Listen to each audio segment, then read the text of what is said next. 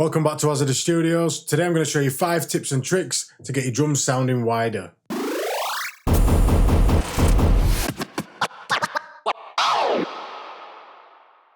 Number 5, panning. This is an obvious one and fairly simple. Without panning, your beat's going to be straight down the centre, and we really want to fill out the stereo field in the left and the right. So what I've got here is just a really simple beat. I've got a kick, a snare, hats, shaker and a tambourine. So for panning, what you're going to do, you want to keep your kick dead centre. The snare, I'm usually going to knock to the right a little bit.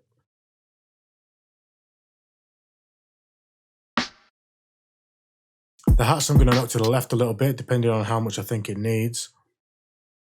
Usually between 7 and 11.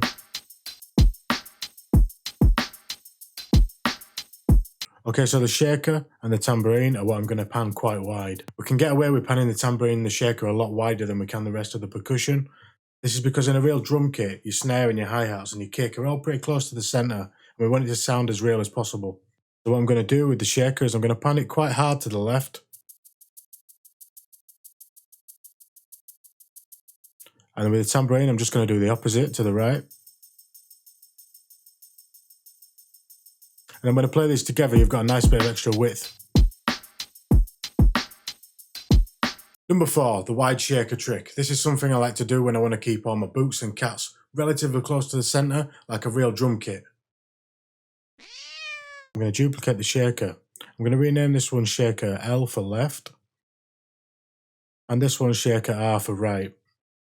And I'm going to pan shaker left all the way to the left and shaker right all the way to the right. So we're getting pretty much the same sound as we were before. This is because the MIDI files are identical.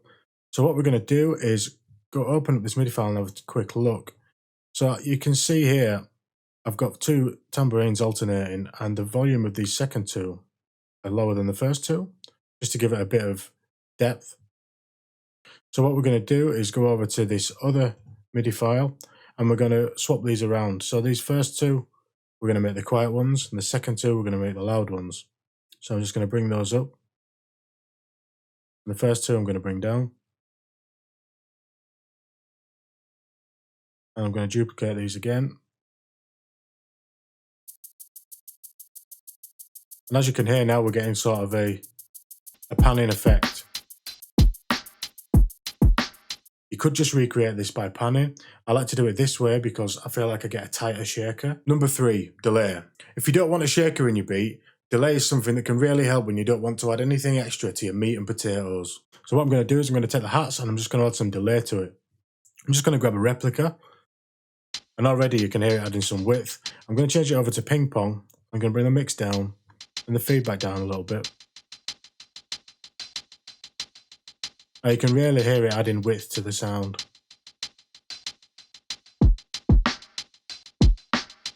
Bring the mix down a little bit more. There's a little bit too much delay in it.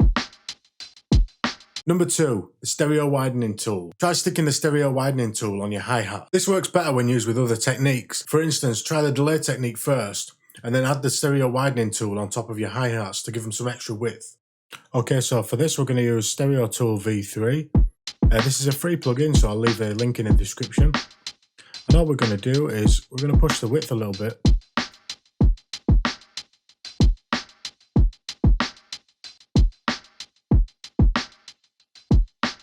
Be careful not to push it too far.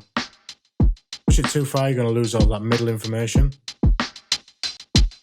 So we just want to push it a little bit to spread that delay out a little bit more.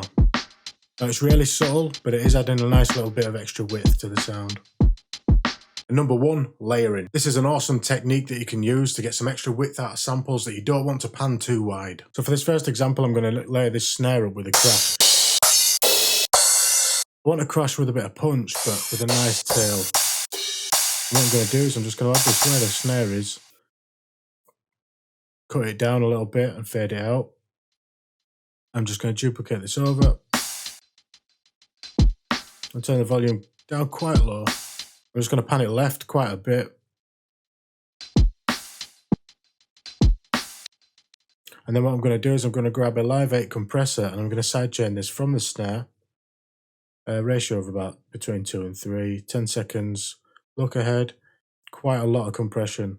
I just want this to duck out of the way of the snare, as though it's the snare ricocheting off a wall, something like that in the left. That's how I like to think about it.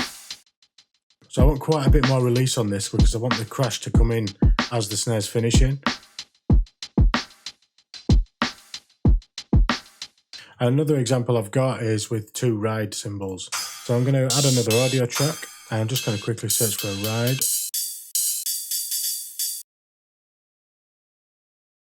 I'm just going to cut that down, turn the volume down a bit. I'm going to duplicate it over.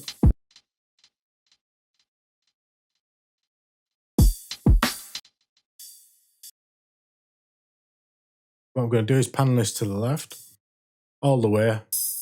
Then I want to find a ride that's different, but not too different. I'm going to do the same with this one. And with this second ride, what I'm going to do is take the volume down by about the same amount. And then I'm going to pan it hard right. Just turn the volumes down a little bit.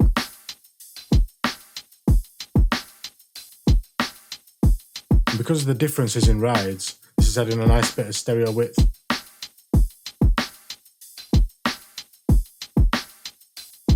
So I hope this video has been helpful. If you like this video, like and share, and remember to subscribe and ring the bell to keep up to date with future videos. See you next time.